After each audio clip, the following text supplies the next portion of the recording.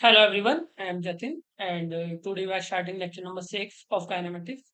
देखो हमने लेक्चर 1 से लेक्चर 5 तक कंप्लीट 1D मोशन को कवर कर लिया। ठीक है, मोशन इन 1D या मोशन इन स्ट्रेट लाइन हम बोलते हैं। अब हम लेक्चर नंबर 6 से motion in the plane start कर रहे हैं।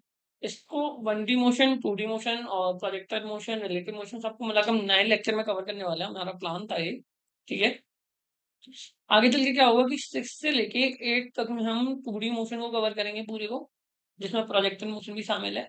और लेक्चर नंबर 9 में हमने 2 पार्ट में डिवाइड किया, पार्ट 1 और पार्ट 2, जिसमें पार्ट 1 में तो हम मतलब relative motion in 1D cover करेंगे और पार्ट 2 में हम relative motion in 2D cover करेंगे। तो लेक्चर नंबर जो 9 है वो रिलेटिव मोशन के लिए डिजाइन किया गया है। ठीक है, तो अगर ओवरऑल बात करें कि टोटल कितने लेक्चर हो, तो वो 11 लेक्चर होगा, क्योंकि हमने पहले भी एक लेक्चर को 2 पार्ट में डिवाइड किया था, क्योंकि बहुत ज़्यादा लेंथी हो रहा था वो लेक्चर। तो कभी-कभी ज़रूरत पड़ेगी तो करना पड़ेगा हमें।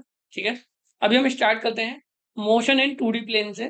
ठीक है, प्रोजेक्टेड मोशन। तो अभी हमारा प्लान क्या है, लेक्चर 6 से लेके लेक्चर 8 का हमारा क्या प्लान है कि इतना पार्ट हमारा लेक्चर नंबर 6 में कवर करेंगे और बाकी का जो बचा हुआ पार्ट है उसको लेक्चर नंबर 7 और लेक्चर नंबर 8 में कवर करेंगे।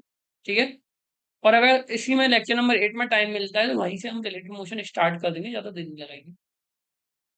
ठीक है, ताकि हमारे नंबर ऑफ लेक्चर थोड़े कम हो जाए। ट्राई करेंगे, लेकिन मेरे को पूरा सिलेबस बहुत अच्छे से डिटेल में कराना है, इसलिए मैं ज़्यादा जल्दी नहीं कर रहा। थोड़े ज़्यादा लेक्चर जाने तो जाने देते हैं, लेकिन कॉन्सेप्ट समझ में आना चाहिए, वो हमारे लिए इंपॉर्टेंट है। और जो प्रोजेक्टाइल मोशन है वो अब तक का सबसे इंपॉर्टेंट टॉपिक है, जितना सिलेबस हमने अभी कवर किया है। लाइक हमने वेक्टर कवर कर लिया और काइनेमेटिक्स कवर कर लिया। तो अब तक का सबसे इंपॉर्टेंट टॉपिक तो मेरे लिए प्रोजेक्टाइल ही है, क्योंकि इसका क्वेश्चन कंफर्म है कि आना ही आना है।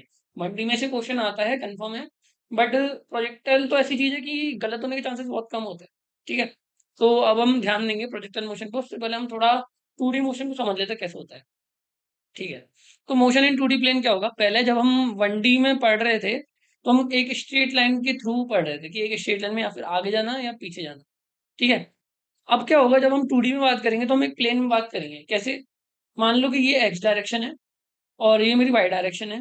तो अब जो मेरा मोशन होगा वो एक्स वाई डायरेक्शन में होगा, यानी दोनों डायरेक्शन में होगा। ऐसा नहीं कि होगा तो मतलब वो ऐसे भी जा सकता है, फिर वापस भी आ सकता है, फिर इधर भी जा सकता है। मतलब वो सिर्फ एक स्ट्रेट लाइन में ना होगा, एक प्लेन में होगा। तो अब हमें उसको देखना है। अगर बात आती है 3D मोशन की, 3D में क्या होता है कि वो एक्स वाई जेड तीनों डायरेक्शन में जाता है। एक्स वाई जेड तीनों डायरेक्शन में जाता है। ठीक है, अब हम स्टार्ट करते हैं पोजीशन वेक्टर से। मैंने ऑलरेडी आपको पोजीशन वेक्टर को एक्सप्लेन कर दिया था कि अगर इस पॉइंट के कोऑर्डिनेट एक्स वाई है, ठीक है, तो इसका जो पोजीशन वेक्टर होगा P vector, that will be equal to क्या होगा, X I cap plus Y J cap. ये मैं पहले ही बता चुका हूँ। ठीक है, क्योंकि इसके लिए हमने क्या किया है, ओरिजिन को रेफरेंस पॉइंट मान के किया है। ठीक है, ओरिजिन को रेफरेंस मान के सॉल्व किया है। तो X I cap plus Y J cap will भी क्या होगा, हमारा पोजीशन वेक्टर होगा। अब मैं बात करता हूँ कि पोजीशन वेक्टर मेरा पी वेक्टर है। ठीक है, एक्स आई के प्लस वाई जे के। ठीक है, ये 2D प्लेन में, एक्स वाई प्लेन में है। तो इसका मैग्नीट्यूड क्या होगा, पी वेक्टर का मैग्नीट्यूड कैसे निकालता है, अंडर रूट में X square plus Y square. तो एक तरह से ये मेरा वेक्टर जो बना वो ये बना पी वेक्टर। अब मुझे बोल दे कि ये एंगल थीटा एक्स प्लेन से कितना एंगल बना रहा है, एक्स से। तो उसके लिए हम निकालते हैं tan theta will be equal to क्या होगा, वाई अपॉन एक्स। जहां पे थीटा क्या है, angle of P vector with x axis. ठीक है, ये ध्यान रखना। तो ऐसे निकालना होता है। अब हम बात करते हैं कि डिस्प्लेसमेंट वेक्टर क्या होता है। तो डिस्प्लेसमेंट क्या होता है, vector between initial point and final point, initial and final position. जैसे कि अगर मैं बात करूं कि P1 वेक्टर मेरी इनिशियल पोजीशन थी, ठीक है, और P2 वेक्टर मेरी फाइनल पोजीशन थी। तो मेरा जो डिस्प्लेसमेंट डेल्टा एक्स वेक्टर होगा, that will be equal to क्या होगा, P2 vector minus P1 vector. इन दोनों को मैं आपस में मैंने फाइनल में से इनिशियल को माइनस कर दूंगा, तो मेरे पास जो डिस्प्लेसमेंट है वो निकल के आ जाएगा। मान लो कि अगर ये x1 I cap plus y1 J cap थे और ये x2 आई कैप प्लस y2 जे कैप थे, तो जब हम माइनस करेंगे तो हम आई कैप में से आई कैप को माइनस करेंगे और जे कैप में से जे कैप को माइनस करेंगे। ये मैंने वेक्टर में बहुत अच्छे से सिखा रखा है, ठीक है, तो मैं इसमें ज्यादा टाइम नहीं देने वाला। तो x2 minus x1 I cap plus y2 minus y1 J cap होगा। अगर मैं मान लेता हूँ कि ये a है, a I cap plus b J cap है, तो डेल्टा x का जो मैग्नीट्यूड आएगा वो कितना होगा, a square plus b square का अंडर रूट, ठीक है। और अगर वही बात आती है कि जो इसका रिजल्टेंट बन रहा है वो एक्स एक्सिस से कितना एंगल बना रहा है, तो वो थीटा इक्वल टू क्या होगा, tan inverse of B upon A, यानी वाई का कॉम्पोनेंट और एक्स एक्सिस का कॉम्पोनेंट, ठीक है। वही चीज है, सेम पहले पढ़ चुके हैं ऑलरेडी। आगे बढ़ते हैं। एवरेज वेलोसिटी क्या होता है? देखो हमने एवरेज वेलोसिटी ऑलरेडी पढ़ रखा है कि वेलोसिटी क्या होता है, टोटल डिस्प्लेसमेंट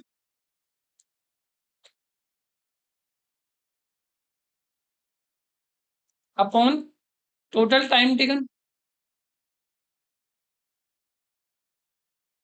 तो जो v वेक्टर आएगा that will be equal to क्या होगा, delta X vector divided by delta T. Simple है।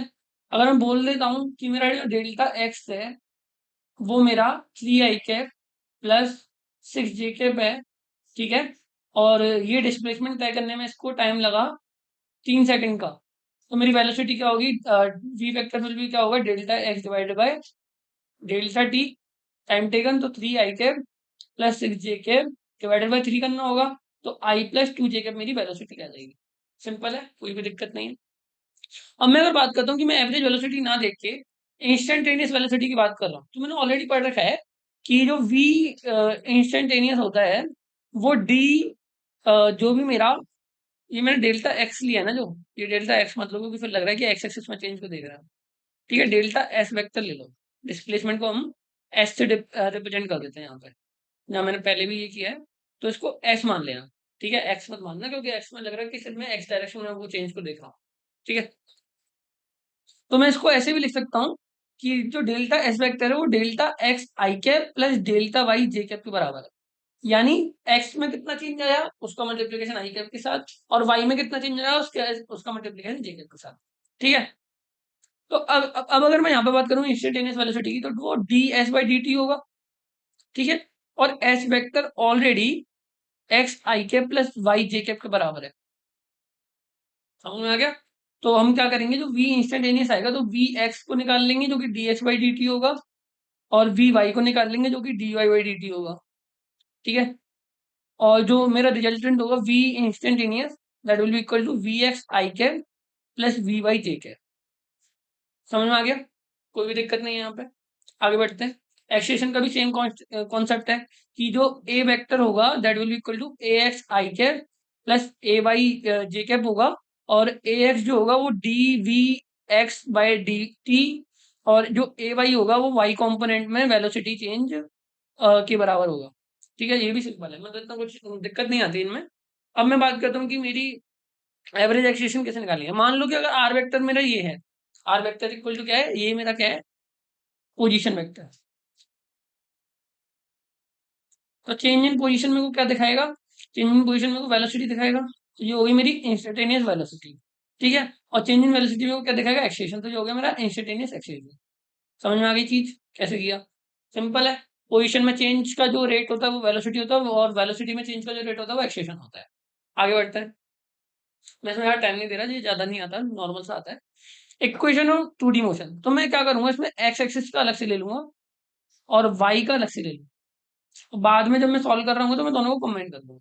मेरे को पता है कि v equal to U plus A T होता है, तो वी एक्स इक्वल टू क्या होगा, U X X component plus A X into T, ठीक है। S equal to U T plus half A T square होता है। तो मैंने क्या किया, एस की जगह लिख दिया X equal to U T U X T plus half A X T square, यानी एक्स कॉम्पोनेंट ले रहा हूँ मैं सिर्फ, ठीक है। और जो तीसरा होता है वो होता है वी स्क्वायर, तो V X square minus U X square equal to A X का एक्स कॉम्पोनेंट, ठीक है। इसी तरीके से बाई का लिख दूंगा। और ओवरऑल जब मैं बात कर रहा हूँ तो मैं दोनों को ऐड कर दूंगा, तो मेरा जो वी वेक्टर होगा that will be V X I cap plus V Y J cap, इस तरीके से। और जो ए कैप ए वेक्टर होगा वो ए X I cap plus A Y J cap के इक्वल होगा, ठीक है। बाकी जो नॉर्मल है हमने क्या किया, दोनों को अलग-अलग ले लिया और बाद में ऐड कर देंगे। देखो मैं इसमें अभी भी बोल रहा हूँ, मैं इसमें ज़्यादा ध्यान नहीं दे रहा क्योंकि इससे क्वेश्चन कम आते हैं। जो हमारा मेन पार्ट है वो प्रोजेक्टाइल है। अभी सिर्फ ये तो बेसिक है। हमने ऑलरेडी पढ़ रखा है 1D मोशन। 1D मोशन को सिर्फ 2 पार्ट में बाँट के अलग-अलग कर दिया है, कोई दिक्कत नहीं है। एक दो क्वेश्चन देख लेते हैं इसके। देखो जैसे गिवन है मेरे को कि यू वेक्टर में वो गिवन है और ए वेक्टर में वो गिवन है, ठीक है? और ये टाइम t इक्वल टू 0 पे गिवन है चीज़। Find the velocity and the displacement of the particle at time t equal to 0। तो मैंने क्या किया, मैंने x एक्सिस ले लिया और मैंने y एक्सिस ले लिया। ये मेथड 1 बता रहा हूँ। ये क्या है? मेथड 1 है। तो x एक्सिस में मैंने देखा कि जो मेरा ux था वो कितना था 2 और जो मेरा ax था वो कितना था 4, ठीक है? तो फाइनल वेलोसिटी क्या आएगी? v इक्वल टू क्या होगा? u प्लस ए टी, ठीक है? तो 2 प्लस 4 इंटू टाइम कितना है 2 सेकंड। तो फाइनल वेलोसिटी मेरी क्या आ गई? बी एक्स कंपोनेंट मेरा क्या आ गया? 10, ठीक है? इसी तरीके से अब मेरे को अगर x निकालना है तो x क्या होता है? U T plus half A T square, यही होता है। तो u कितना है मेरा? 2, टी भी 2 ही है, प्लस हाफ ए है मेरा 4 और ये 2 का स्क्वायर, ठीक है? तो ये हो गया 16 इंटू 2 32 और प्लस 4 हो गया 36। तो ये मेरा x आ गया और y है। अब मैं सिमिलर तरीके से यू वाई मेरे को पता है कितना है 3 है और ए वाई मेरे को पता है कितना है, ए वाई 2, ठीक है? तो v कितना होगा y कंपोनेंट में अगर मैं बात करूँ तो 3 प्लस 2 इंटू 2 होगा जो कि 7 आएगा। तो जो मेरा फाइनल v वेक्टर आएगा 2 सेकंड के बाद वो क्या होगा? V X I cap plus V Y J cap. Normally बता रहा हूँ। तो V X I cap plus V Y J cap जो कि आएगा 10 आई कैप, क्योंकि वी एक्स मेरा 10 आया है और ये हो गया 7 जे कैप। ऐसे निकालना होता है।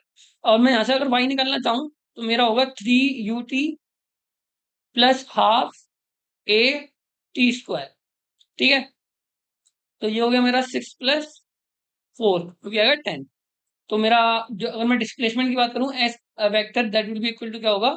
एक्स आई कैप जो कि है 36 I cap plus 10 J cap, ये आएगा। ये मेरा फाइनल आंसर होगा। एक तरीका तो ये है कि अलग अलग करके करो लेकिन बहुत लेंथी है, बच्चे करते हैं ऐसे। हम करेंगे डायरेक्ट तरीके से। कैसे? मेथड 2 क्या होगा? हमें पता है कि वी वेक्टर क्या होता है? You vector plus A vector T, ठीक है? तो वी वेक्टर क्या होगा? मैंने लिख दिया यू वेक्टर क्या है? 2 आई कैप प्लस 3 जे कैप प्लस ए वेक्टर क्या है? 4 I cap plus 2 J cap, 4 I cap plus 2 J cap. Time तो नॉर्मल स्केलर क्वांटिटी तो मल्टीप्लाई कर दिया। तो वी वेक्टर क्या आ गया? 2 आई कैप प्लस 3 जे कैप और जब मैंने इसको मल्टीप्लाई किया तो ये हो गया 8 I cap plus 4 J cap. अगर मैं इनका अब मेरे को पता है कि आई कैप में जुड़ता है और जे कैप में जुड़ता है। तो ये हो गया 10 I cap plus 7 J cap. SIM answer हो गया। सेम चीज है। अगर मैं इसी तरह बात करूं कि एक्स मतलब अगर मैं एस वेक्टर की बात करूं, एस वेक्टर वैल्यू क्या होता है? You vector T plus half A vector T का स्क्वायर, ठीक है? तो एस वेक्टर क्या हो गया? 2 आई कैप प्लस 3 जे कैप, टी हो गया 2 प्लस हाफ ए की वैल्यू क्या है? 4 I cap plus 2 J cap और टी स्क्वायर हो गया मेरा 4। तो इसको मैंने कैंसिल किया, 2 हो गया और ये हो गया मेरा 4 I cap plus 6 J cap plus 8 I cap plus 4 J cap. I guess हमने पहले कोई गलती करी थी। Half A T square, sorry यहाँ पे 8 प्लस 12 आएगा यहाँ। मैं 12 आया, ठीक है? तो ये हो गया 12 आई कैप प्लस 10 जे कैप। ये मेरा फाइनल आंसर हो गया, ठीक है? समझ आ गई? ऐसे ही अब अगला क्वेश्चन हम इसको डायरेक्टली करने वाले हैं। क्या बोला इसने कि a particle is moving X Y plane, initial velocity और एक्सेलेरेशन को गिवन है। इनिशियल वेलोसिटी मेरी ये है और एक्सेलेरेशन मेरा ये है। मेरे को क्या करना है? Find the time when it's crosses x axis. अगर इनिशियल पॉइंट इसका ये है तो मेरे को इनिशियल कोऑर्डिनेट्स दे रखे हैं, यानी एक्स इनिशियल दे रखा है या फिर मैं बोलूं कि एस इनिशियल दे रखा है।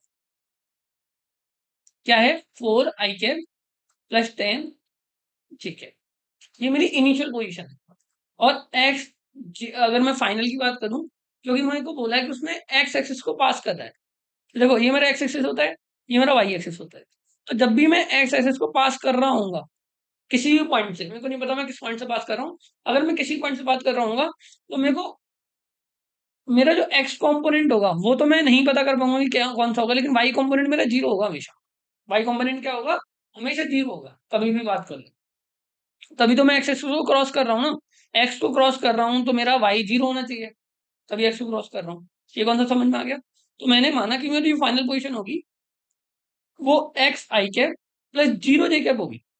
यहाँ पे मेरे को एक्स नहीं पता, एक्स कोई कांस्टेंट वैल्यू है, मेरे को नहीं पता क्या है वो, ठीक है। तो मेरे को टाइम निकालना है।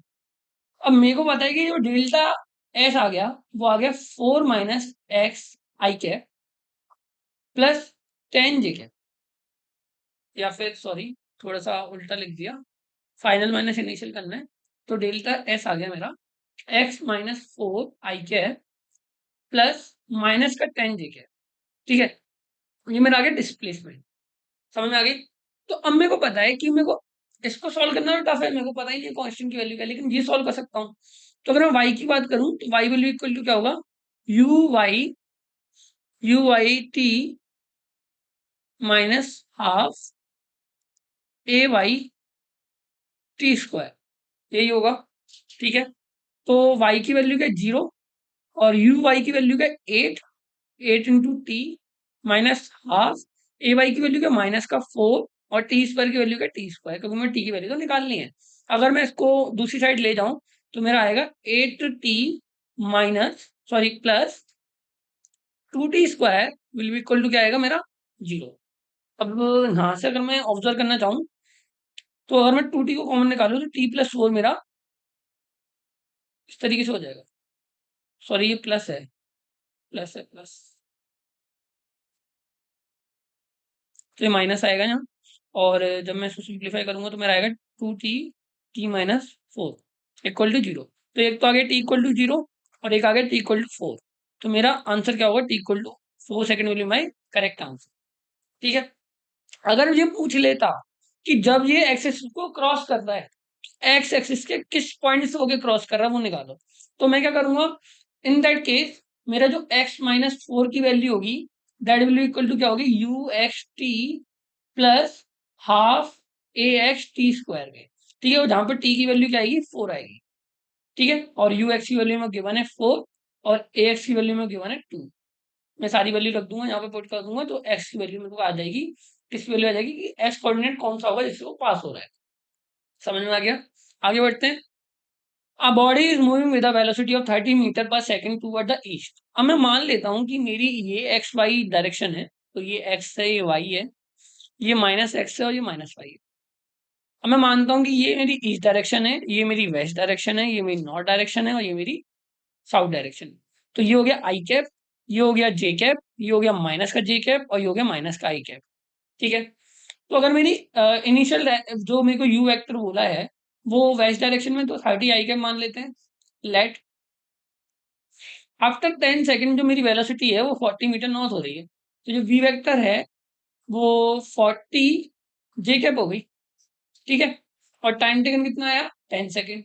तो मेरा जो एवरेज एक्सेलेरेशन आया, जो एक्सेलेरेशन आएगा एवरेज, दैट विल बी क्या होगा, डेल्टा वी वेक्टर, तो वो क्या आएगा V vector minus U vector divided by time T, तो 40 J cap minus 30 I cap divided by time हो गया 10।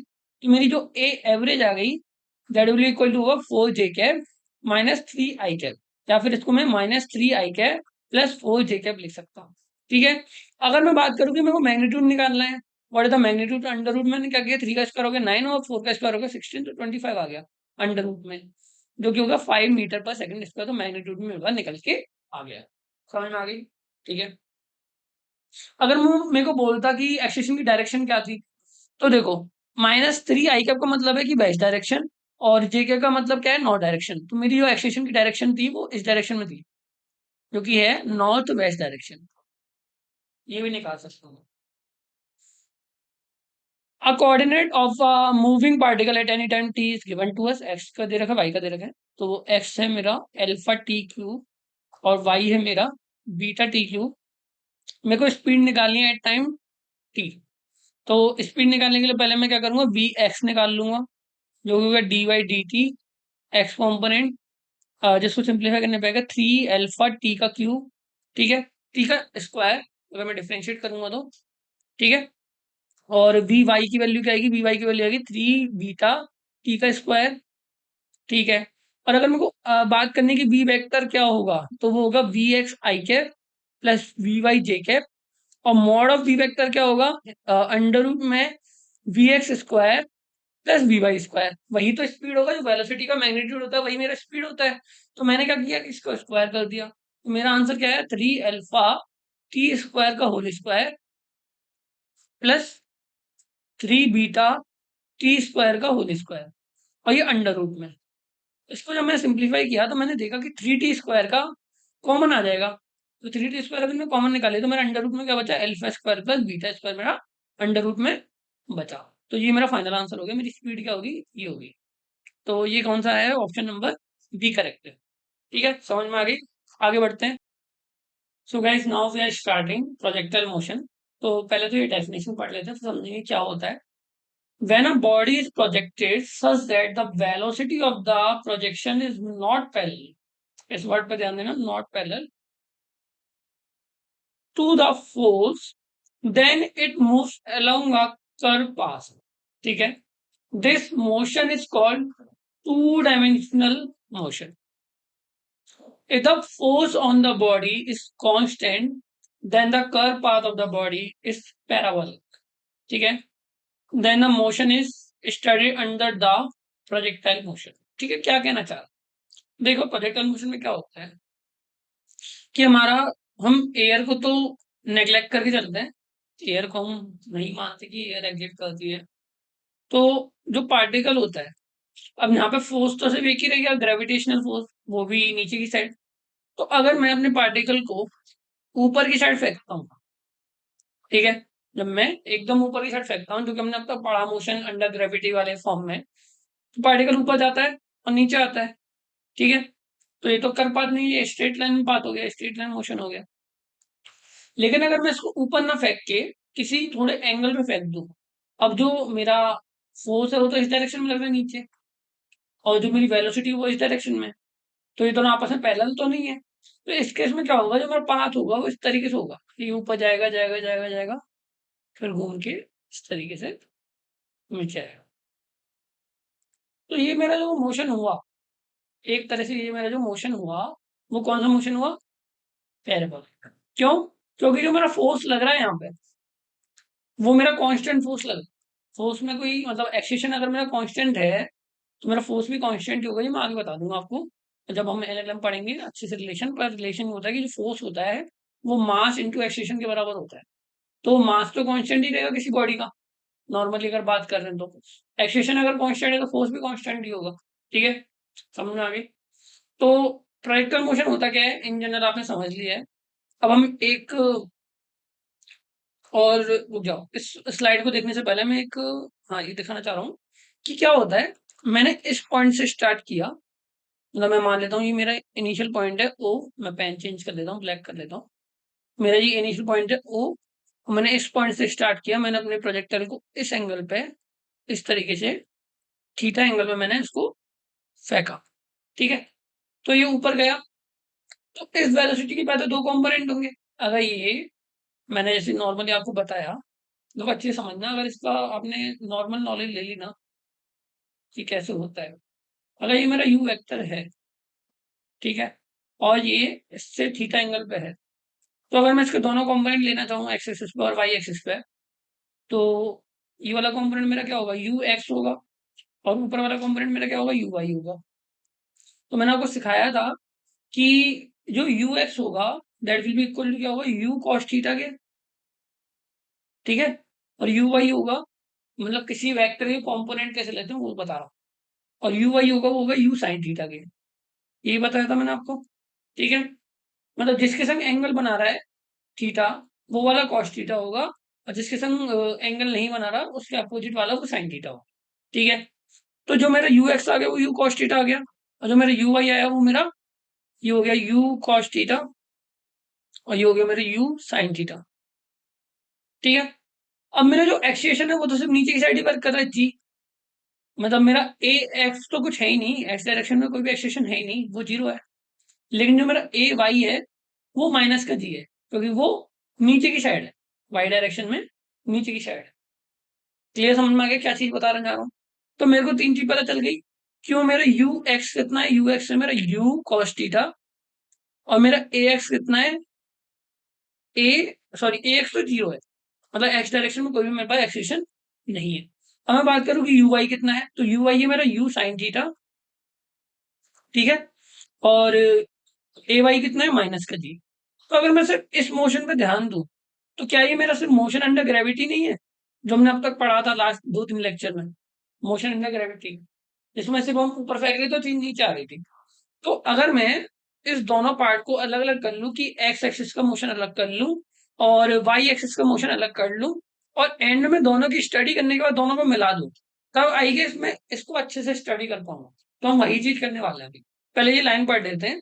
It is an example of two dimensional motion, जो प्रोजेक्टर मोशन है वो एग्जाम्पल है टू डायमेंशनल मोशन का, क्योंकि मैंने यहाँ पे फोर्स को कांस्टेंट कर दिया, तो जो पाथ होगा वो पैराबोलिक हो जाएगा और उसी को प्रोजेक्टर मोशन बोलते हैं। It is an example of motion with constant acceleration, जो मैंने बात करी। Thus the equation of motion can be use to analyse the projection projector motion, ठीक है, जो हमने इक्वेशन पढ़ी थी कि u equal to V plus sorry v equal to U plus A T होता है, ठीक है, S equal to U T plus half A T square होता है, ये वाली इक्वेशन। जैसे हमने क्या है इनका यूज कहाँ पे किया था, मोशन एंड ग्रेविटी में भी किया था, हम यहाँ पे भी करेंगे। तो मैंने ओवरऑल बताया कि जो मैंने तीन आपको इक्वेशन बताया ना, 3-4 इक्वेशन, उससे मैं पूरा काइनेमेटिक्स सॉल्व करने वाला हूँ पूरा, बस थोड़ी कंडीशन चेंज हो जाएंगी। A particle thrown in the space which moves under the effect of gravity only is called a projectile. The motion of the particle refer to the projectile motion, ठीक है। If a particle possesses uniform acceleration, ठीक है, down उसको काम के लिए। ये हमारा मोशन हो गया, हमने डिवाइड कर लिया कि ये हमारा u हो गया थीटा एंगल पे, ये थीटा है, तो ये वाला u cos थीटा हो गया, ये वाला u sin थीटा हो गया, ठीक है। फिर ये ऊपर जा रहा होगा, एक पॉइंट आएगा जहां पे इसकी वेलोसिटी जीरो हो जाएगी। वेलोसिटी क्या हो जाएगी, जीरो हो जाएगी, लेकिन कौन सी वाली वेलोसिटी जीरो हो जाएगी, वाई कॉम्पोनेंट वाली, वी वाई जीरो हो जाएगा, वी एक्स तो मेरा वही रहेगा जो इनिशियल था। क्यों, क्योंकि मेरा एक्सेशन क्या है, जीरो है। एक्सेशन जीरो होता है तो क्या होता है, चेंज इन वेलोसिटी क्या होता है, जीरो होता है, वेलोसिटी में कोई भी चेंज नहीं आएगा।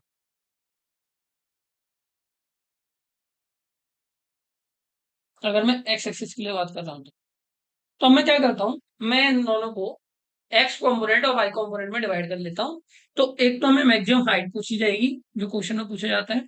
एक हमारी हॉरिजॉन्टल रेंज पूछी जाएगी, कितनी दूर जाके गिराई है, ठीक है।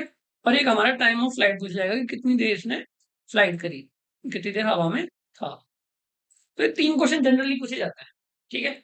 इसके अलावा कभी कभी जो क्वेश्चन आते हैं वो आते हैं ट्रेजेक्ट्री से, ठीक है, ये देखने वाले हैं हम। कोऑर्डिनेट क्या होंगे किसी भी टाइम t पे, इसके वेलोसिटी क्या होगी। मान लो कि ये जो कोऑर्डिनेट है वो 0,0 है, 0,0 से मैंने उछालना उसको स्टार्ट किया उस पॉइंट से, ठीक है। तो अब देखते हैं हमने क्या किया कि हमने एक्स डायरेक्शन में और वाई डायरेक्शन में, दो अलग डायरेक्शन में हमने इसको डिवाइड कर दिया। तो पहले एक्स डायरेक्शन देख लेते हैं। एक्स डायरेक्शन में पता है कि यू एक्स की वैल्यू क्या है, यू कॉस थीटा, और ए एक्स की वैल्यू क्या है, जीरो। तो अगर मैं सिर्फ एक्स डायरेक्शन में मोशन की इक्वेशन की बात करूंगा, तो जो मेरा वी एक्स होगा, ठीक है, वो हमेशा यू एक्स के बराबर होगा।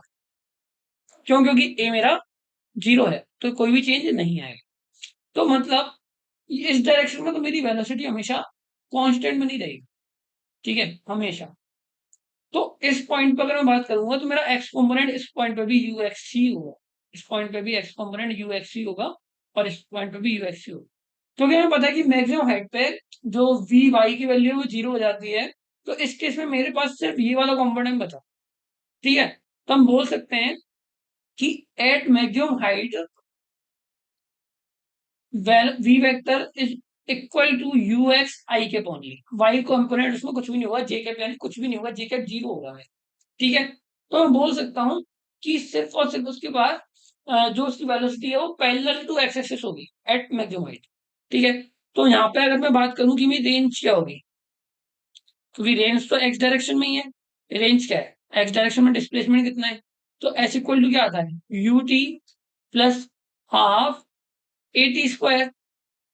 तो ए तो जीरो है, तो ये हो गया X equal to U X, मतलब एक्स कंपोनेंट में कितना, मतलब वेलोसिटी थी उसकी, और टी टाइम टेकन।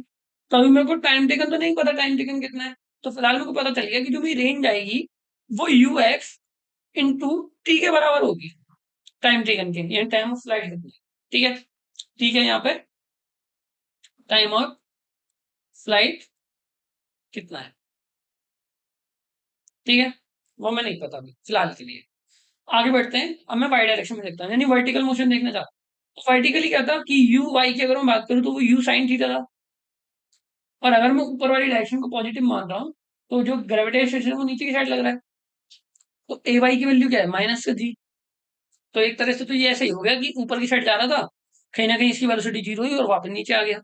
ठीक है, बस अब इसके पास एक्स कंपोनेंट में गया तो एक्स डायरेक्शन में भी गया, तो अभी ऐसे ऊपर डायरेक्ट नीचे ना आके ये इस तरीके से नीचे आया है। समझ में आ गया मोशन क्या कहना चाह रहा है। तो नॉर्मली हमको कॉन्सेप्ट समझ में आ गया। हमने क्या किया, अगर मैं बताना चाहूँ कि एज मैक्सिमम हाइट पे जो वी वाई है वो क्या होगा, यू वाई माइनस का जी टी, यही होगा। तो टाइम टेकन क्या होगा, ऊपर जाने में कितना टाइम लगा, वी वाई तो जीरो होगा, एट मैक्सिमम हाइट जो वी वाई है वो तो जीरो होगा, तो टी की वैल्यू क्या आ जाएगी, यू वाई अपॉन जी आएगी, जैसे हमने पहले निकाला था लास्ट में। तो ये हो गया U sine theta divided by G. ये तो हो गया ऊपर जाने में कितना टाइम लगा, तो नीचे आने में कितना टाइम लगा होगा, क्योंकि मैंने वहां पर बताया था कि जब भी हम एयर को नेग्लेक्ट करते हैं तो ऊपर जाने में लगा टाइम और नीचे जाने में लगा टाइम क्या होता है, बराबर होता है। तो जो मेरा टोटल टाइम होगा वो क्या होगा, ट्वाइस ऑफ टी होगा, तो आएगा two U sine theta upon G आ गया। समझ में आया, पॉइंट समझ में आ गया। तो ये हो गया मेरा क्या, टाइम ऑफ फ्लाइट। तो टाइम ऑफ फ्लाइट का डेरिवेशन तो हो गया मेरा कि टाइम ऑफ फ्लाइट कैसे निकालते हैं। ठीक है, तो सबसे पहले हम बात करेंगे यहाँ पे कि टाइम ऑफ फ्लाइट क्या होता है मेरा, T equal to two U sine theta upon G. ठीक है, याद रखना इसको, काम आने वाला है। और ये एंड में प्रोजेक्टेड मोशन के जितने भी फॉर्मूला है वो याद ही रखना, डेरिवेशन करने नहीं बैठूंगा मैं एग्जाम में, तो याद ही रखना पड़ेगा और याद हो जाएंगे, सिंपल होता है, अपने टाइम पे हमने भी किए थे। ठीक है, अब मैं बात करता हूँ coordinate of particle at any time T. तो देखो, अगर मैं एक्स की बात करूं तो वो क्या होगा, U X T plus A X T square. अब ए एक्स तो मेरा क्या होता है, जीरो होता है, मैंने अभी भी बताया कि acceleration in the X direction zero होता है। तो मेरा एक्स क्या आ गया, यू एक्स टी आ गया, यानी कि एक्स आ गया मेरा you cos theta into T. अब मैं वाई की बात करूं तो वाई क्या होगा, यू वाई टी माइनस का half, sorry plus half A Y T square. तो वाई क्या आ गया मेरा, you sine theta into T minus half G T square. ये मेरा वाई आ गया, ये मेरा एक्स आ गया। तो एक्स वाई कोऑर्डिनेट आ गए मेरे पास, एक्स वाई कोऑर्डिनेट आ गए, ये वाई आ गई, ये एक्स आ गया, वैल्यू रखनी है, आंसर आ जाएगा। अब मैं अगर बात करूं कि वेलोसिटी कितनी थी एट किसी टाइम टी पे, अगर मैं वेलोसिटी बात करूं तो वी एक्स क्या होगा, वी एक्स तो हमेशा यू एक्स के बराबर ही होगा क्योंकि एक्सेशन जीरो है, ए जीरो है मेरा इसके लिए। तो वी एक्स इक्वल टू क्या होगा, यू कॉस थीटा। अगर मैं बात करूं कि वी वाई क्या होगा, तो वी वाई क्या होगा, यू वाई माइनस का जी टी, क्योंकि यहाँ पे तो एक्सेशन है मेरे पास, एक्सेशन क्या है यहाँ पे, माइनस का जी है, तो वो कम हो रहा होगा, तो यहाँ से मेरी वी वाई आ जाएगी। तो वी वाई क्या होगा, यू साइन थीटा माइनस का जी इंटू टी। ये मेरा वी आ गया, ये आ गया। तो अगर मैं वी की बात करूंगा तो अंडर रूट में वी एक्स का स्क्वायर प्लस वी वाई का स्क्वायर होगा, जो हम निकाल लेंगे आराम से सॉल्व करके। समझ में आ गई। अब हमने एक और चीज देखी थी कि जो हम एक्स डायरेक्शन में मोशन पढ़ रहे थे तो हमने देखा कि जो रेंज होता है वो क्या होगा, U x you cos theta into total time of flight. भाई अगर मैं टाइम निकाल लूंगा तो यू एक्स तो मेरे पास है, तो मैं बता दूंगा कि ये इस डायरेक्शन में कितना चला होगा, तो टाइम तो मेरे पास निकल के आ गया। क्या आया मेरे पास time, two U sine theta. ठीक है, तो अगर मैं बात करूं कि रेंज क्या होगा, तो रेंज विल इक्वल टू होगा यू कॉस थीटा, जो कि मेरे एक्स डायरेक्शन में वेलोसिटी है, इनटू टाइम ऑफ फ्लाइट, ये मेरा रेंज होगा। तो टाइम ऑफ फ्लाइट कितना है, two U sine theta upon G. तो आर की वैल्यू क्या आ गई, यू स्क्वायर। ठीक है, ये टू यू स्क्वायर हो गया एक तरह से, और sine theta into cos theta upon G. अब एक चीज बताता हूँ कि two sine theta into cos theta, जो आपने पढ़ा भी होगा 10th क्लास में, equal to sine two theta के होता है। ठीक है, तो आर की वैल्यू मेरे पास फाइनल आ गई U square sine 2 theta upon G. ये आपका फाइनल फॉर्मूला आ गया आर का। ठीक है, ये आ गई रेंज। अब मैं बात करूं कि मैक्सिमम हाइट कितनी थी। तो मैक्सिमम हाइट क्या है, जहां पर मेरी वी वाई की वेलोसिटी क्या हो रही है, जीरो हो रही है। तो मैक्सिमम हाइट तो जैसे हमने 1D मोशन में निकाली थी ना ऊपर जाने में, वैसे ही निकलेगी। कैसे, देखो मैं यहाँ पे लिख देता हूँ कि V Y square minus U Y square equal to था माइनस का 2G एच के। तो वी वाई स्क्वायर तो जीरो हो रहा है, और यू वाई स्क्वायर में क्या, यू साइन थीटा और इसका whole square equal to minus का 2G एच, और माइनस से माइनस कैंसिल हो गया, और एच मैक्स की वैल्यू आ गई मेरे पास U square sine square theta upon 2G। ठीक है, समझ में आ गया। तो एच मैक्स आ गया मेरा U square sine square theta upon 2G। ये हो गया मेरा क्या, मैक्सिमम हाइट। समझ में आ गई। आगे बढ़ते हैं। ये मोशन इक्वेशन ऑफ ट्रेजेक्टरी होता है, इसको देखने से पहले मैं एक बार जो समरी कर देता हूँ कि पहला आया, पहले पॉइंट कि मेरा यू एक्स की value I you cos theta, और ए एक्स की वैल्यू आई जीरो, और यू वाई की value I you sine theta, और ए वाई की वैल्यू आई क्या, माइनस का जी। अगर हम ऊपर वाली डायरेक्शन को पॉजिटिव ले रहा हूँ और नीचे वाली डायरेक्शन को नेगेटिव ले रहा हूँ। ठीक है, इतना समझ में आ गया। सेकंड चीज आई, टाइम ऑफ फ्लाइट आई मेरी 2U sine theta upon G. ठीक है, थर्ड आई, रेंज निकाली मैंने जो कि होगा यू एक्स इंटू टी के इक्वल। तो आर आ गया मेरा U square sine 2 theta upon G. ठीक है, आर मेरा ये आ गया। तो आर आ गया, टी आ गया, रेंज आ गया, टाइम ऑफ फ्लाइट आ गया।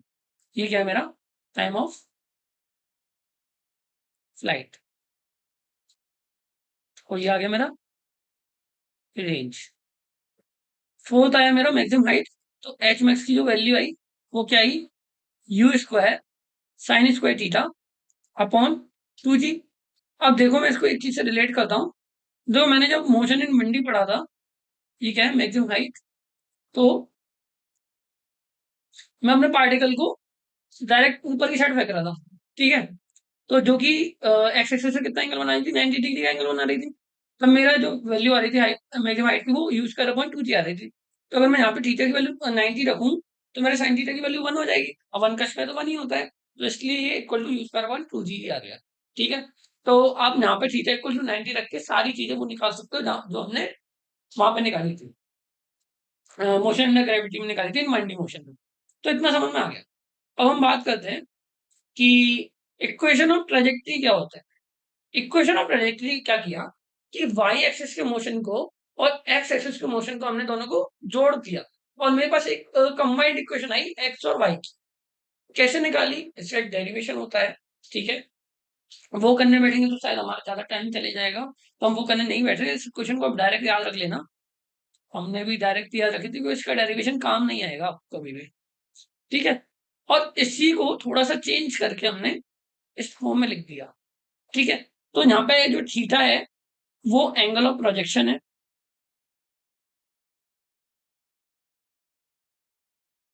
ठीक है, सी है वो ग्रेविटेशन एक्सेशन है, यू है वो इनिशियल वेलोसिटी है,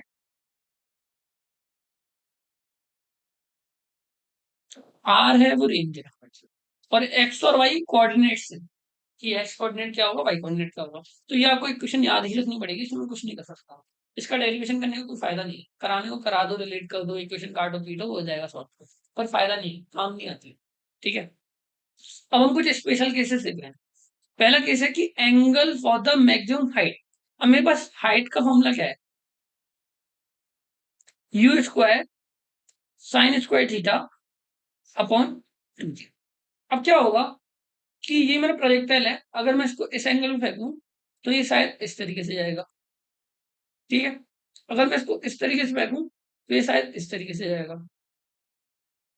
अगर मैं इसको थोड़ा सा और इस तरीके से फेंकूं तो ये और ऊपर जाएगा। ठीक है? तो उसने पूछा कि मैक्सिमम हाइट के लिए कितना एंगल होना चाहिए? और ये तो सिंपल है। सबसे ज्यादा मैक्सिमम हाइट कब आएगी? जब मैं इसको सीधा वर्टिकली अपवर्ड ही फेंक दूं, तब वो मैक्सिमम हाइट पे जाएगा और वापस वहीं आके गिरेगा। ठीक है? लेकिन मैक्सिमम हाइट के लिए जो एंगल है वो थीटा इक्वल टू क्या होना चाहिए? 90 डिग्री होना चाहिए। जो थीटा है वो एंगल विद हॉरिजॉन्टल है। ठीक है? समझ में आ गई? तो ये तो थीटा इक्वल टू 90 हो जाएगा। अब मैं बात करूं angle for the maximum range. Range क्या होता है? आर इक्वल टू क्या होता है? U square sine 2 theta upon G. अब ये मैक्सिमम कब होगा? अगर मैं यू और जी को कांस्टेंट रख दूं, ठीक है, तो साइन 2 थीटा मैक्सिमम वैल्यू कब देता है? जब साइन 2 थीटा इक्वल टू 1 होता है। यानी 2 थीटा इक्वल टू क्या होगा? 90 डिग्री होगा। और थीटा इक्वल टू क्या होगा? 45 डिग्री होगा। तो at theta equal to 45 degree range will be maximum. ध्यान रखना है इसको हमेशा। ठीक है? अगला point, angle for the equal range. एक पॉइंट बताता हूं, क्योंकि अगर मैं बात करूं कि R1 इज इक्वल टू क्या है? R2 है। दो रेंज इक्वल आ रही हैं, अलग अलग एंगल पे फेंकने पे थीटा 1 एंगल पे ये रेंज आ रही है और थीटा 2 एंगल पे ये रेंज आ रही है, और ये दोनों इक्वल आ रही है। तो एक कंडीशन आती है कि यू स्क्वायर जी और सेम सेम इनिशियल वेलोसिटी से लेकर, ठीक है, U square G sine 2 theta 1 is equal to क्या होगा? U square upon G sine 2 theta 2। तो यहां से सिर्फ एक चीज क्लियर हो सकती है, क्योंकि वो पता है कि sine theta is equal to क्या होता है? साइन 180 माइनस थीटा होता है। ठीक है? समझ में आ गई? इसका मतलब कि जो टू टू थीटा होगा, जो दूसरा वाला एंगल होगा, ये वाला एंगल, ये 180 में से पहले वाले एंगल को माइनस करने पे निकल के आ जाएगा। और मैं इसको जब पूरा सिंप्लीफाई करूंगा तो मेरे को निकल के आएगा थीटा 2 जो होगा वो 90 डिग्री माइनस थीटा 1 डिग्री होगा। यानी ये दोनों एंगल आपस में क्या होंगे? कॉम्प्लीमेंट्री एंगल होंगे। इसका मतलब अगर मैं किसी पार्टिकल को 30 डिग्री फेंक रहा हूँ और किसी पार्टिकल को 60 डिग्री फेंक, ये दोनों आपस में क्या है? कॉम्प्लीमेंट्री एंगल है। यानी इन दोनों से जो रेंज निकल के आएगी वो सेम आएगी। ठीक है? या मैं दोनों को 45 40, एक को मैं 35 डिग्री फेंक रहा हूँ और एक को मैं 55 डिग्री फेंक रहा हूँ, ये दोनों भी आपस में कॉम्प्लीमेंट्री है। कॉम्प्लीमेंट्री एंगल वो होते हैं जिन दोनों का सम आपस में 90 डिग्री हो रहा होता है। ठीक है? तो इन दोनों के लिए क्या होगी? इक्वल रेंज आएगी। समझ में आ गया? आगे बढ़ते हैं, समरी कर लेते हैं। तो पहला आया फॉर, पहले तो इक्वेशन ऑफ ट्रेजेक्टरी देख लेते हैं। Equation of trajectory y equal to X tan theta minus G X square U square cos square theta 2u square. ठीक है? ये याद रखना, काम आने वाली है। और जो दूसरी थी वो थी y equal to X tan theta को मैंने कॉमन निकाल लिया था, और जो अंदर बच रहा था वहां से मैंने रिप्लेस वगैरह करके 1 - x/r कर दिया। दूसरी इक्वेशन में बस ये आगे निकल गए। देखो इन सारे फॉर्मूला को एक पेज पे लिख के चिपका के रखना और याद करना, नहीं तो याद नहीं होता है। ठीक है? लिख लिख के चीजें अच्छे से याद होती है, मैंने अपने टाइम पे ऐसे ही किया था।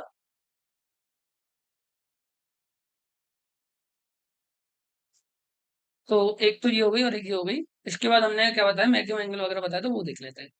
फिर एक और आया कि मैक्सिमम हाइट के लिए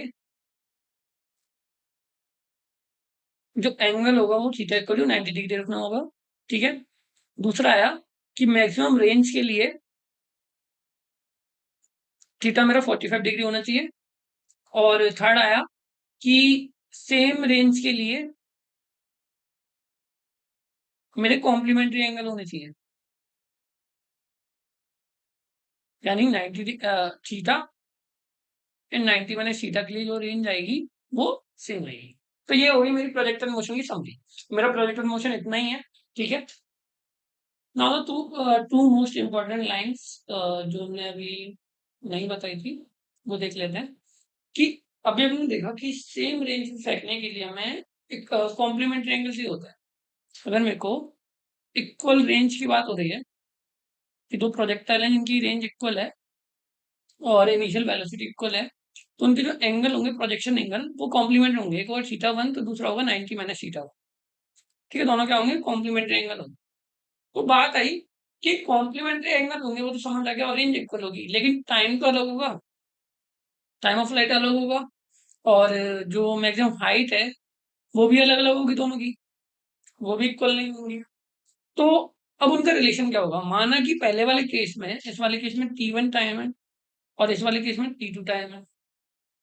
सिमिलर तरीके से ये अगर H1 है और ये अगर H2 है, ठीक है, तो ये रिलेशन होता है कि T1 इंटू T2 जो होता है वो 2R/G के इक्वल होता है, और जो 4H1 इंटू H2 होता है वो R² के इक्वल होता है। ठीक है, उनका डेरिवेशन देख लेते हैं। देखो पहला, मैं बात कर रहा हूँ टाइम ऑफ फ्लाइट की। टाइम ऑफ फ्लाइट क्या होता है? T equal to 2U sine theta upon G। ठीक है, तो अगर मैं T1 की बात करूं तो वो होगा 2U sign 9 theta upon G। तो अगर मैं T2 की बात करूं तो होगा 2U साइन थीटा, 2 की वैल्यू क्या? 90 माइनस थीटा है। ठीक है, upon G। And we know that sine 90 minus theta की वैल्यू क्या होती है? कॉस थीटा होती है। पढ़ा था हमने बेसिक मैथमेटिक्स में। तो इसको मैंने क्या कर दिया? 2U कॉस थीटा कर दिया अपॉन G। अब मैं T1 इंटू T2 कर रहा हूँ, तो मेरा 4U² upon sine theta into cos theta upon G² आ रहा है। ठीक है, अब अगर मैं यहां से देखूं तो ये मेरा क्या हो रहा है? U², अगर मैं एक 2 का मल्टीप्लाई इसके संग लेके और 2 साइन थीटा कॉस थीटा को साइन 2 थीटा लिख दूं, तो 2U² sign 2 theta upon G² आ रहा है।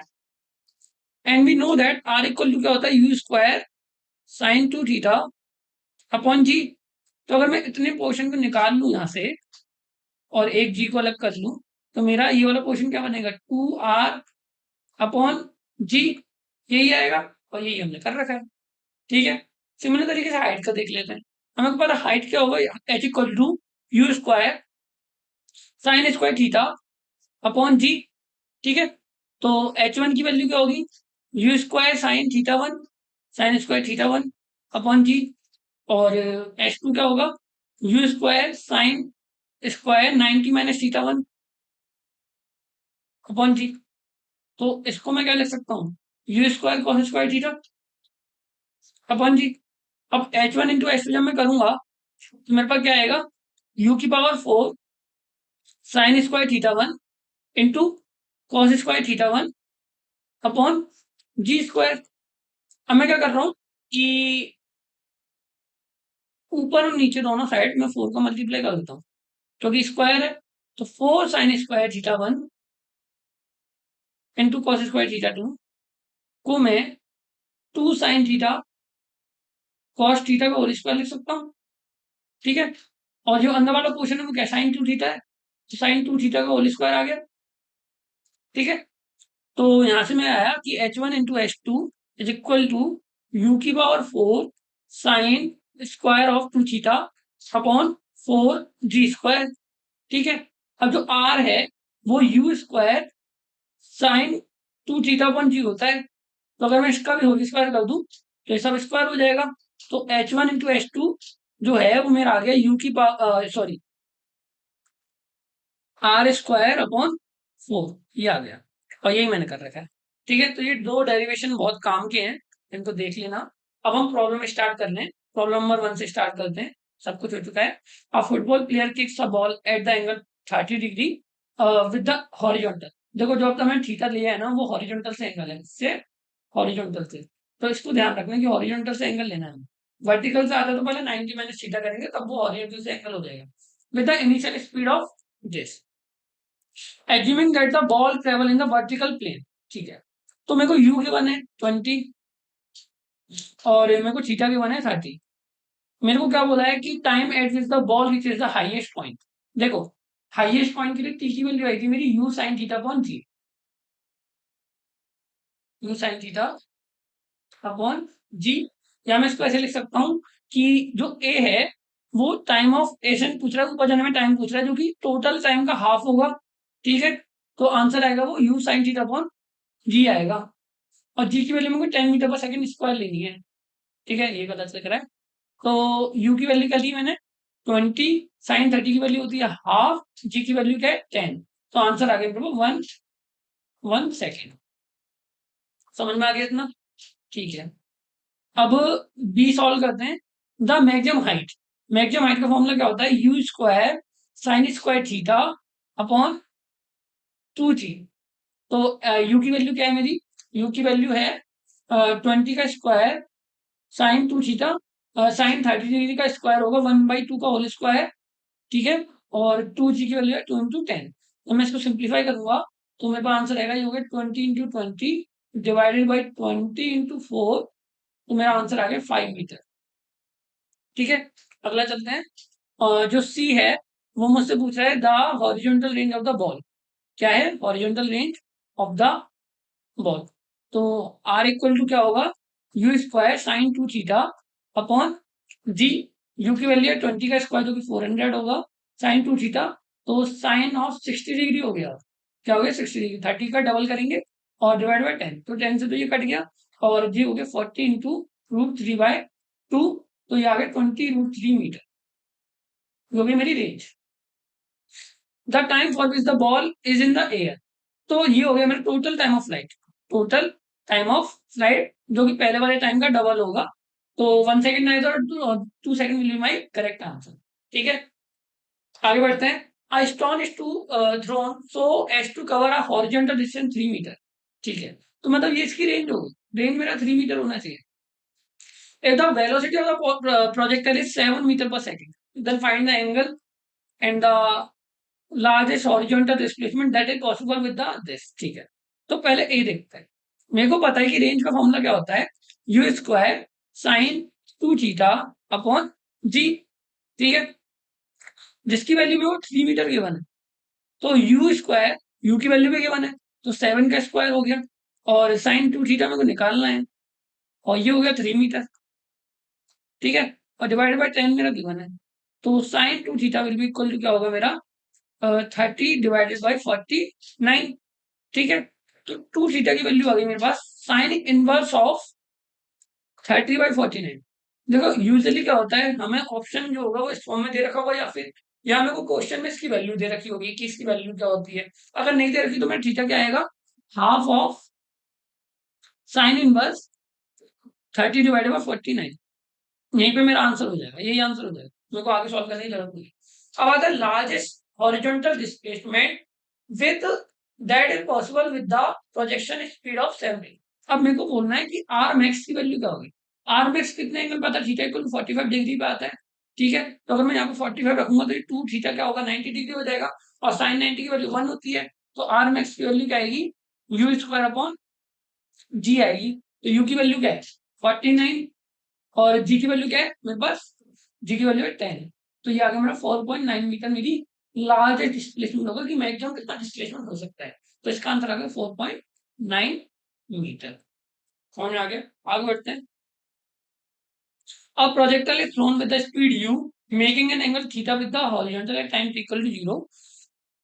It just crosses 2 points of equal height। ठीक है, मैंने पहले ही बताया था जब हम मोशन वर्टिकल डायरेक्शन में पढ़ रहे थे कि पहले ऊपर जाएगा फिर नीचे आएगा तो 2 बार सेम हाइट को क्रॉस करेगा।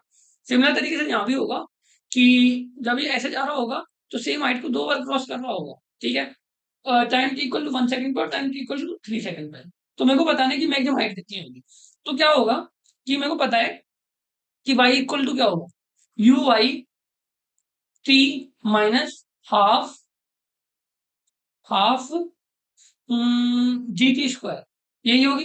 ठीक है, अब मैं मान लेता हूँ कि time t equal to 1 second पे भी वो साइड पे था, टाइम 3 इक्वल टू 3 सेकंड में वो साइड पे था।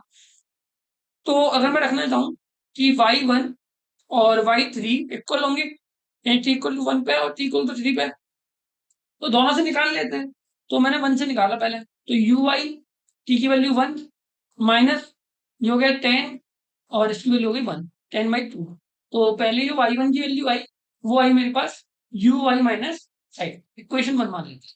अब मैं मानता हूँ कि y3 क्या होगा, तो यू वाई 3 माइनस 10/2 और 3 का स्क्वायर हो गया 9। ठीक है, अब मैं इसको सिंप्लीफाई करूंगा तो y3 की वैल्यू आ गई मेरे पास क्या, यू वाई का 310 डिवाइड बाई माइनस का 45, तो इक्वेशन 2 हो गई। अब ये दोनों तो इक्वल होंगे ना, सेम हाइट है। तो जब मैंने इसको सिंप्लीफाई किया तो U Y minus 5 will be equal to क्या हुआ, 3 u y माइनस 45। ठीक है, अब मैं इसको एक साइड लेके आ रहा हूँ, सॉल्व कर रहा हूँ, तो मेरे पास आ गया 2 u y इक्वल टू 40 और u y की वैल्यू आ गई मेरे पास 20 मीटर पर सेकेंड। समझ में आया? अब देखो मेरे पास यू वाई की वैल्यू आ गई, और मैक्सिमम हाइट निकालने के लिए मेरे को क्या चाहिए होता है, मैक्सिमम हाइट निकालने के लिए क्या चाहिए होता है, यू वाई का स्क्वायर डिवाइडेड बाई 2g, यही चाहिए होता है। तो मेरे पास तो आ गया यू वाई का स्क्वायर आ गया 400 डिवाइडेड बाई 2 into 10। तो जब मैंने इसको सिंप्लीफाई किया तो मेरा आंसर आ गया मेरा 20 मीटर, मेरा आ गया मैक्सिमम हाइट। ठीक है, इसमें ये थीटा निकालने की जरूरत नहीं, क्योंकि हमें मैक्सिमम हाइट पूछा है ना। मैक्सिमम हाइट तो क्या होता है, यू वाई तो होता है। वैसे हम you square sine square theta लिखते हैं, तो वो यू वाई का स्क्वायर ही लिख सकते हैं, तो यू वाई क्या होता है, यू साइन थीटा। ठीक है, आगे बढ़ते हैं। A body thrown at angle 30 degree to the projector with the speed of this after 1 second, what is the velocity. देखो, अगर मेरा u की वैल्यू है 30 मीटर पर सेकंड और थीटा की वैल्यू है 30 डिग्री, तो मैं यहाँ से यू एक्स अलग से लिख सकता हूँ और यू वाई अलग से लिख सकता हूँ। ये होगा यू कॉस थीटा, जो कि आएगा 30 इंटू साइन कॉस 30 डिग्री होता है √3/2, तो 15√3 आ गया।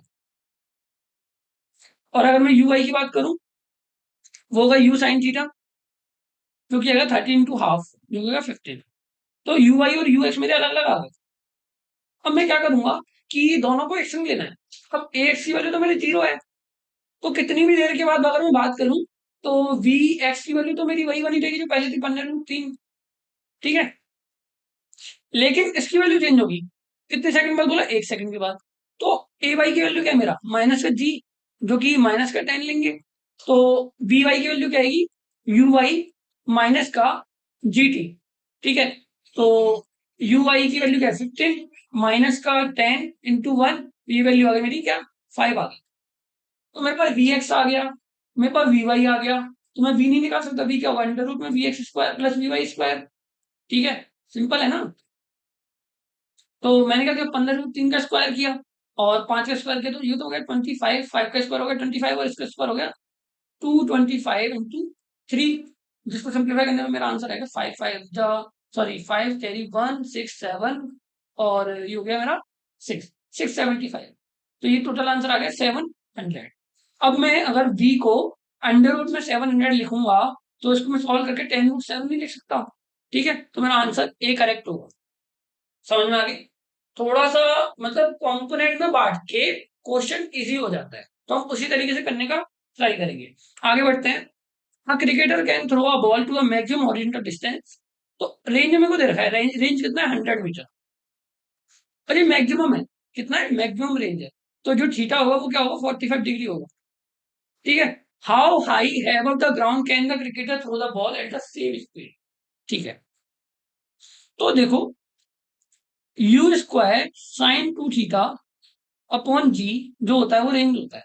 और जो मैक्सिमम रेंज है उसके लिए थीटा क्या होगा, 45 डिग्री होगा, तो वो हो गया यू स्क्वायर बाई जी, जिसकी वैल्यू मेरे पास क्या है, 100 है। 100 100 है सिर्फ, यार इसको कैंसिल करते हैं। तो यू स्क्वायर बाई जी की वैल्यू क्या है, 100 है। और अगर मैं जी की वैल्यू 10 ले लूं, तो यू की वैल्यू क्या आ गई, यू स्क्वायर की वैल्यू आ गई 1000, तो यू की वैल्यू क्या आ गई, 10√10 मीटर पर सेकेंड। अब मेरे को बोला कि एच मैक्स कितना हो सकता है, तो एच मैक्स के लिए क्या होगा, यू स्क्वायर बाई जी होगा। मैक्सिमम मैक्सिमम कितनी हाइट पे फेंक सकता है उसको, जब वो वर्टिकली ऊपर की साइड फेंकेगा तो वो मैक्सिमम हाइट पे जाएगा। तो यू स्क्वायर की वैल्यू क्या थी, 1000, और जी की वैल्यू क्या है, सॉरी 2g होता है, तो 2 into जी की वैल्यू 10, तो मेरा आंसर आ जाएगा 50 मीटर। तो मैक्सिमम हाइट क्या होगी, 50 मीटर होगा, क्योंकि वर्टिकली ऊपर फेंकने पे मैक्सिमम हाइट ट्रेवल करता है। तो मेरा जो आंसर आएगा वो 50 मीटर है। A ball is thrown from the ground to clear a wall 3 metre height at a distance of 6 metre. एक पॉइंट है ये, और ये 3 मीटर हाइट की मेरी वॉल है, जो कि इस पॉइंट से 6 मीटर की दूरी पे है। मेरे को इसको ऐसे प्रोजेक्टाइल करना है थीटा एंगल पे कि ये इसको क्रॉस कर। ठीक है, एंड द 18 मीटर है। तो 3 मीटर, ये मेरी दो जगह है, एक तो 6 मीटर पे है I at the distance of 6 metre falls and falls 18 metre from the wall. ठीक है, और वो जो गिर रही है वो इस वॉल से 18 मीटर दूर जाके गिर रही है वापस। ठीक है, तो मेरे को निकालना है कि एंगल ऑफ प्रोजेक्शन क्या होगा। तो पहले तो देखो कि अगर ये 3 मीटर हाइट को ट्रेवल कर रही है तो क्या हम अ, जो हमने बताया था कि इसकी जो रेंज क्या है, रेंज क्या होगी, रेंज होगी 6 + 18, रेंज तो होगी 24। ठीक है, और अगर मैं बात करूं कि रेंज होगी 24, तो मैं इसको मोशन ऑफ ट्रेजेक्टरी से सॉल्व कर सकता हूँ। इससे मोशन ऑफ ट्रेजेक्टरी से, जो दूसरी मैंने क्वेश्चन बताई थी मोशन ऑफ ट्रेजेक्टरी की, वो क्या थी, Y equal to X tan theta bracket में 1 - x/r। अब मेरे को बोला है कि मेरे को x पता है कितना है, x से मेरा 6 मीटर पे, मैं हाइट कितनी पे था, 3 मीटर की हाइट पे था, तो ये हो गया 3 मीटर, सॉरी x कितना है 6 मीटर, और y कितना है 3 मीटर, और मेरी रेंज जो है वो मेरे को गिवन है 24 मीटर। तो अगर मैं इसको पुट करूँ यहाँ पर तो मेरी थीटा की वैल्यू निकल के आ जाएगी। तो y की वैल्यू क्या 3, x की वैल्यू क्या 6, टेन थीटा ब्रैकेट में लेना है, टेन थीटा, और मेरा ब्रैकेट में आएगा 1 - एक्स की वैल्यू क्या है मेरी 6, और उसकी वैल्यू है 24। जब मैंने इसको पूरी सिंप्लीफाई किया तो मेरा आया 3 = 6 टेन थीटा इंटू इंटू में इसको ये अगर कैंसिल करेंगे तो 1/4 आएगा, और यानी 3/4 आ जाएगा, कैंसिल हो गया, क्या आ जाएगा 3/4 आ जाएगा। तो यहाँ से मेरी टेन थीटा की वैल्यू क्या आ गई, टेन थीटा की वैल्यू आ गई मेरी यहाँ से सॉल्व होगी 2/3, क्या आ गई 2/3। तो थीटा की वैल्यू क्या आ गई, टेन इनवर्स ऑफ 2/3 मेरा करेक्ट आंसर होगा। समझ में आ गया, अच्छा क्वेश्चन था। अब मेरे 3-4 क्वेश्चन और रह रहे हैं जो कि हम नेक्स्ट लेक्चर में कवर करेंगे, लेक्चर बहुत लेंथी हो गया है। Thank you so much guys. इस टेलीग्राम चैनल को ज्वाइन कर लिए, कोई भी डाउट आ रहा है तो आपको यहाँ से हेल्प मिल जाएगी, और जो भी आपको वो डीपली प्रोवाइड करेंगे उसका सॉल्यूशन वगैरह में कोई दिक्कत आ रही है तो हम यहाँ पे मुझसे पूछ सकते हैं, मैं ऑनलाइन रहता हूँ। Okay, thank you.